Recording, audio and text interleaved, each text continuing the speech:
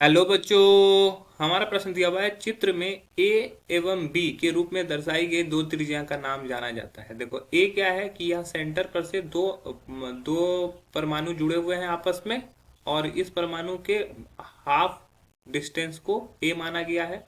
और दो अणु जो है एक दूसरे, यानी कि एक अणु ये है और दूसरा अणु ये है, उस दोनों के बीच के त्रिज्या को बी माना गया है। तो हमको बताना है कि क्या ऑप्शन सही होगा ए बी सी डी में, कि परमाणु त्रिज्या है, आणविक त्रिज्या है, सहसंयोजी त्रिज्या है, या वॉन्डरवॉल्स त्रिज्या है। चलिए समझते हैं इस प्रश्न को। प्रश्न की अगर मुख्य अवधारणा की बात की जाए तो मुख्य अवधारणा में हमें सभी त्रिज्या के बारे में समझना होगा। ठीक है, सबसे पहले बात करेंगे परमाणु त्रिज्या की।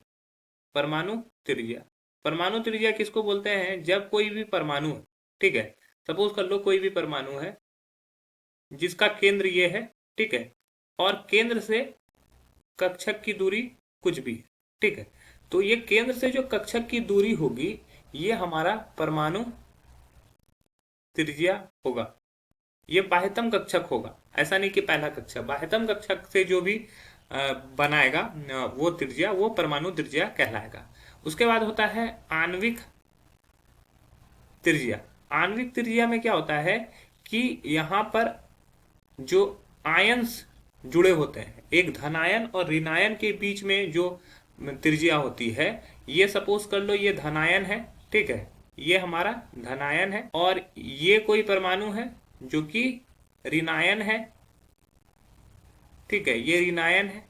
तो इस दोनों के बीच का डिस्टेंस जो होगा वो हमारा क्या हो गया, वो एक तरह का, ये यहाँ पर जो होगा ये एक तरह का, ये इस तरह से, ये एक डायमीटर की तरह काम करेगा। ये क्या किसके तरह काम करेगा? एक व्यास की तरह काम करेगा। तो इसके हाफ डिस्टेंस को हम लोग आणविक त्रिज्या बोलेंगे, आणविक त्रिज्या कहेंगे। अब बात करते हैं सहसंयोजी त्रिज्या के। सहसंयोजी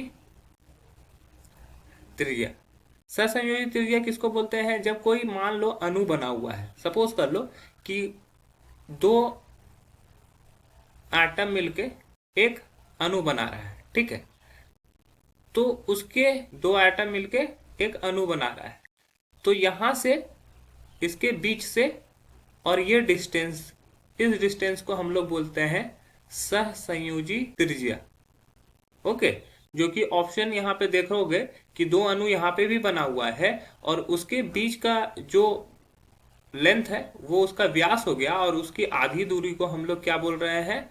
उसकी आधी दूरी को हम लोग त्रिज्या बोलते हैं। यह जो त्रिज्या होगी वह सहसंयोजी त्रिज्या को दिखा रहा है, सहसंयोजी त्रिज्या को ये दिखा रहा है। अब दूसरा बात करते हैं वॉन्डरवॉल त्रिज्या के बारे में।